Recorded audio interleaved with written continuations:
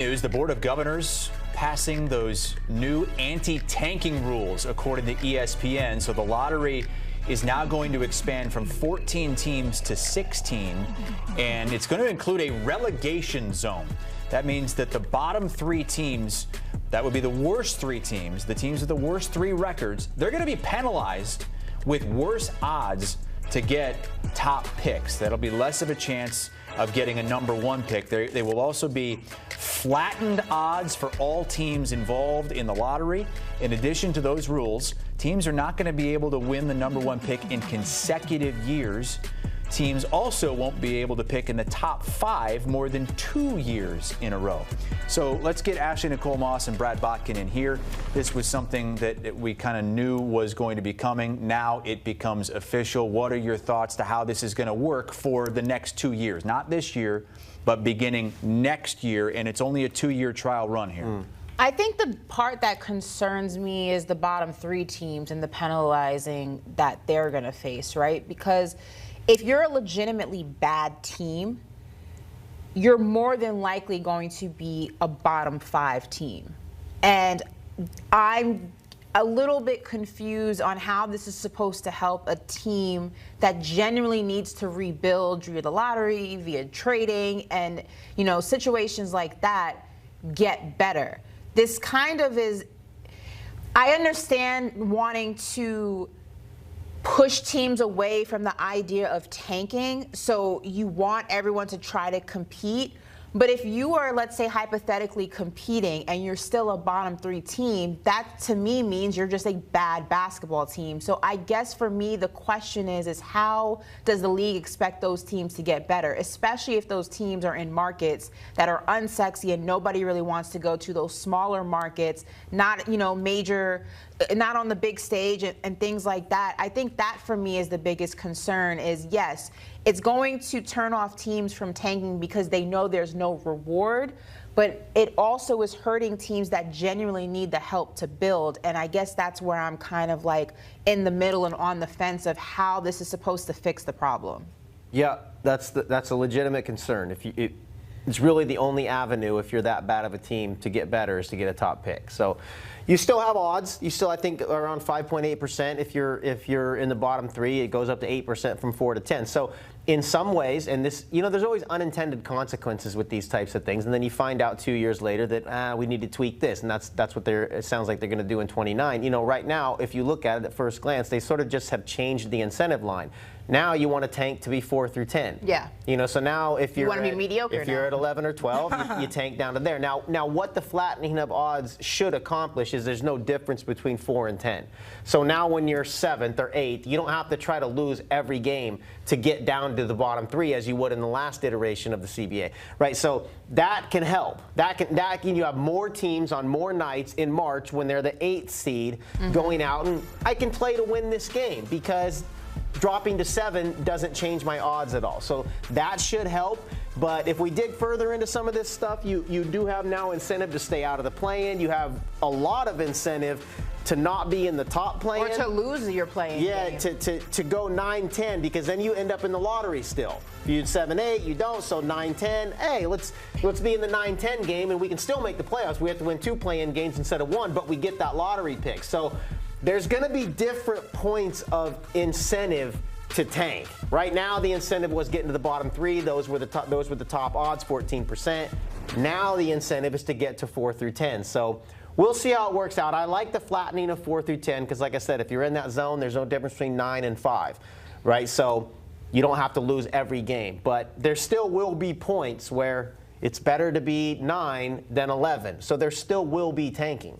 And there's also, you know, it's not necessarily the sexiest thing in this whole thing, but ways to avoid teams getting back-to-back number 1 picks and back-to-back top 5 picks. How would that have affected a team like the San Antonio Spurs? It would have affected them a lot. They would not have Victor Wembanyama, Stephon Castle, and Dylan Harper right now. If this rule were in place, you can't have 3 straight top 5 picks. All those guys were picked unbelievably to the Spurs' great fortune, just like the year they got Tim Duncan when they still had David Robinson. That can't happen anymore. You can't pick 3 straight But years. I don't know, do you think that was I mean, that happens so rarely that Not in the top 5. You'll see teams like if you go look at like the Pistons when they got Ivy and Ron Holland and like Asar Thompson, like those guys all are top 5 picks. It's probably not often to get like 1 or 2 straight in top 1 or 2 picks 3 straight years, but a lot of these teams hover around that 4 and 5 area for years. And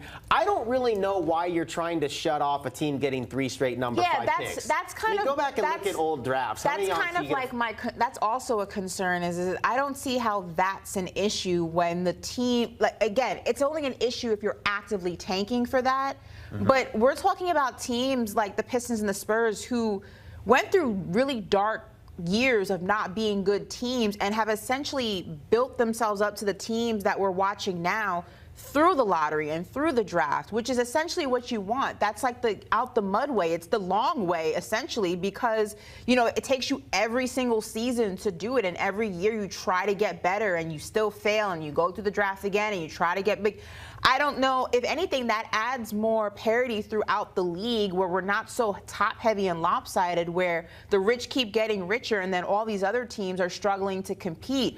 We don't want a league where it's only the Knicks, the Celtics, and the Lakers who have all the riches, all the talent. You want teams like Memphis and San Antonio and Detroit to be in the mix, to be in the conversation. So we have postseasons like we're having now where there's upsets and there's teams in the finals who haven't been there in 20-plus years. Like, I don't understand why we have an issue with teams that are genuinely bad building through the draft. That's what it was created for. So I think it's important to take a step, and this applies to like to flopping, to player, to when what do we call it when everybody's resting? Load management. All these issues that come into the league that start to threaten the entertainment value of the league, and now tanking is the new one on the board. You can't let the pursuit of perfection get in the way of progress, and so there's going to be parts of this that aren't perfect. But the ultimate goal here is to de-incentivize tanking.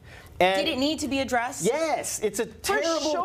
So the reason that now Ashley just laid out reasons why it's kind of weird. You can't get 3 straight top 5 picks, and you need that avenue to improve. True, but the overall goal of this is to not incentivize tanking. And if you already had 2 straight top 5 picks and you can't get a 3rd one, you now have no reason to tank in that 3rd season. So they have done this to address tanking, to give you less incentive to do it. There will be parts of it that aren't perfect, and maybe in 2 years they say, you know what, just like Ashley said, these teams that are the number 4 and 5 pick, they need more avenues to improve, and maybe they'll change it then.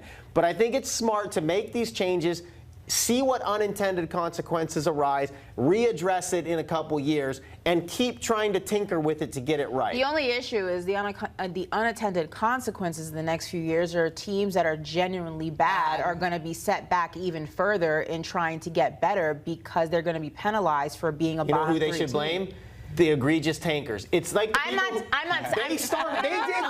They did this. I completely agree, but I'm saying like that's one of the unintended consequences. You're going to have a team that legitimately is bad and trying to keep their head above water, and now for the next 2.5, 3 years, they really have no avenue to get better because nobody wants to go to a bad team. It's just you're right, and but it's just like the guys who, man, I played 62 games and I'm not eligible for All-NBA. You know who to blame? The guys that didn't play. What team has been the most egregious tanking you've seen in the past 10 years? Utah's been fine for it 2 straight years. The Wizards traded for Trey Young and Anthony Davis, didn't play any of them. The Pacers. So all these teams are doing it. So it's a problem. If you got a problem with the way that the league has tried to address it, go talk to the teams that made them address it in the first place. Well, this was almost unanimous. It was 29-1. The one team that voted against it, the Memphis Grizzlies, and here's why.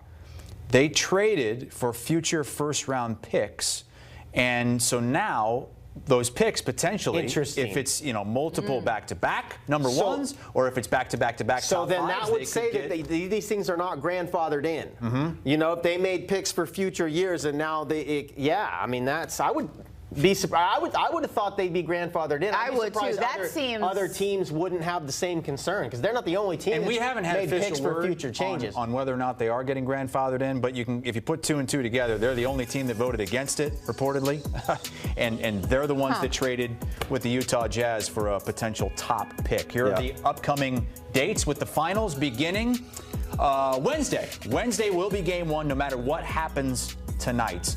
And then the draft coming up June 23rd and 24th. A week after that, free agency starts. Who's in the NBA Finals, Chris? Knicks and Spurs. Good call.